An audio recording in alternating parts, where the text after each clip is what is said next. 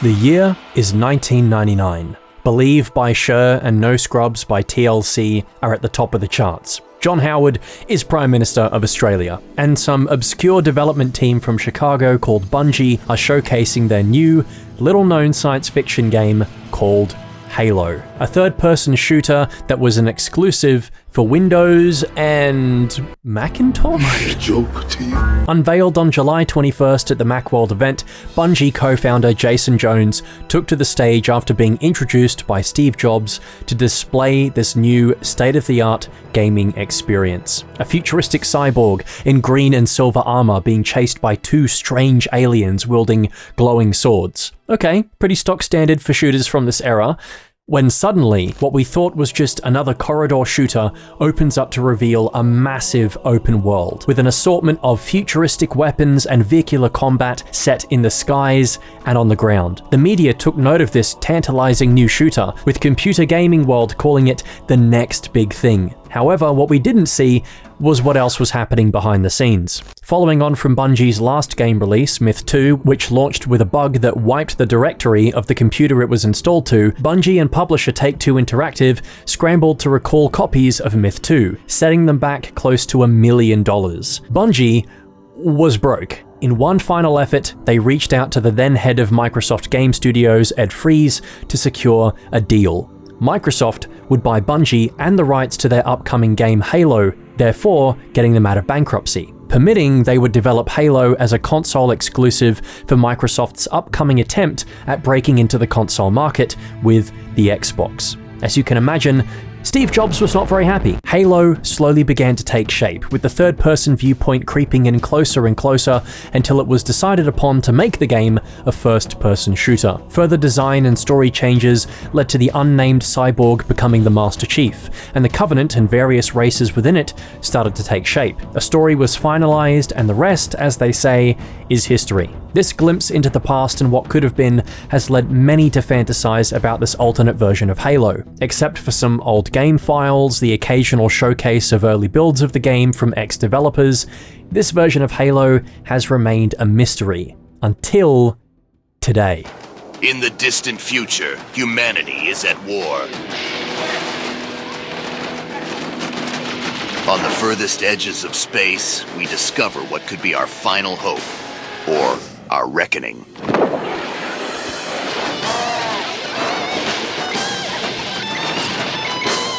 This is Halo.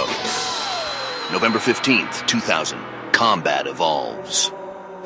Coming to Windows and Macintosh operating systems. Personal computers sold separately.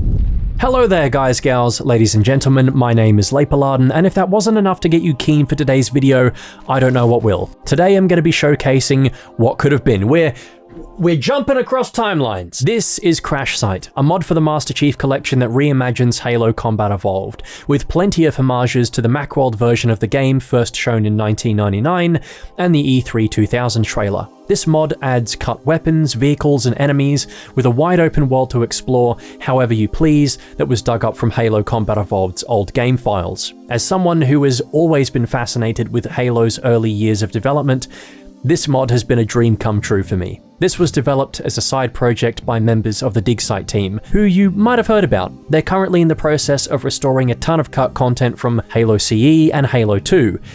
It's pretty fucking cool. And if you want to read more about it and what they're doing, I'll have some links in the comments section to articles they've published on Halo Waypoint. This custom mission starts in a familiar way. As you're flying by in a Pelican dropship, you're shot down by Banshees and immediately get to work trying to save the other survivors. From there, you've got to deactivate the Covenant shielding system, blocking you from accessing a Forerunner facility buried deep into the side of a hill. You'll notice right away that Forerunner architecture is far more subdued and less grand in its scale than what we come to expect from the final version of the game. As you work your way across the ring, you'll find brand new weapons like the suppressed Space Luger that uses a smaller version of the sniper scope for extra magnification, an alternate version of the SMG that is so close yet so far away from what we would eventually get in later games, a chain gun, flamethrower, assault rifle with an underbarrel grenade launcher, which is sick, the legendary machete, and much more. All of these new weapons, or should I say old, I guess, have great animations and sounds that feel right at home among the rest of Combat Evolved's weapon sandbox. And while we're on the topic of sound,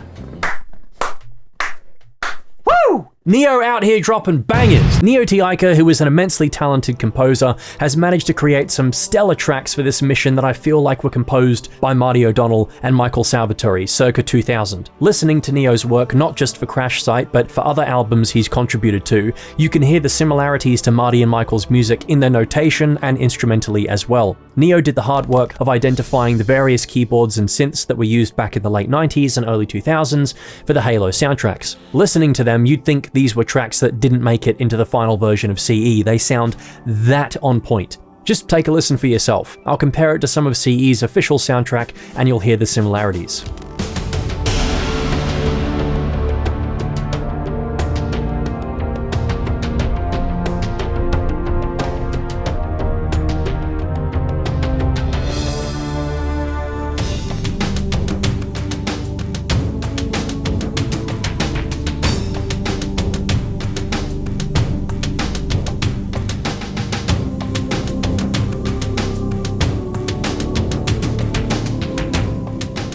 And what kind of mod would this be if there weren't some new vehicles for you to discover? An early version of the Rocket Hog as seen in the E3 2000 trailer, and the long-lost stealth tank which has now been named the M700 Viper, keeping the continuity of other human vehicles being named after a type of animal, insect, arachnid, etc. There's voice acting for the marine characters as well, other Spartans that accompany you towards the end of the mission. That's someone texting me, fuck off. In-engine cutscenes, and you'll notice that as you progress through the mission that Sentinels are beginning to teleport in and clean up the damage that's been done to the ring. It's about as close to a dev-made mission as you can get, and if you've always been curious to see what those older versions of Halo might have been like, this is, without a doubt, as close as you'll be able to get. It's not in third person like Halo was originally intended to be. Well, not all the time, but it makes a good compromise between the first person version of Combat Evolved that we all know and love, while combining cut elements from earlier iterations of the game and giving us a little taste of what might have been. Playing it for too long, I started to feel like I was in the wrong universe. Of course, there are some things that I don't want to give away, like the placement of hidden skulls around the map and how to access certain weapons and vehicles. You gotta play the mod yourself to find that out. As a mod, this unfortunately won't be playable for people on Xbox, but if you ask for it enough, and 343 know there's a market there, then maybe it'll happen one day? I'm just kidding. Unless. On a more serious note, members of the Digsite team have openly said that MCC mod tools for console are a possibility. Hashtag bring Halo mods to Xbox. But you didn't hear that from me, alright? Mum's the word, chaps. In addition to this, the Digsite team have added some great stuff to the game that will be available for people to use and look over through the MCC's mod tools. Oh yeah, Mr. Krabs! Where did the big guy go?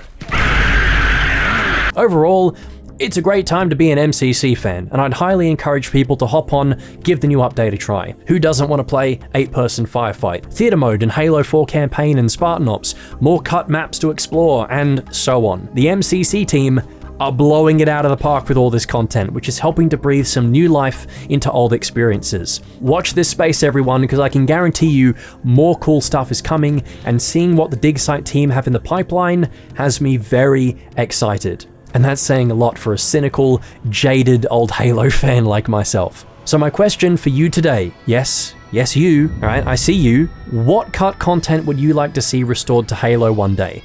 Enemies, weapons, vehicles, maps, campaign levels? Let me know in the comment section below. And if you enjoyed this mod showcase, leave a like. I'd be keen to do more stuff like this in the future, showing off the community's creations on the MCC. And of course, subscribe as well. No pressure or anything, but you are a coward if you don't. So go on, do it. You wouldn't. You're way scared.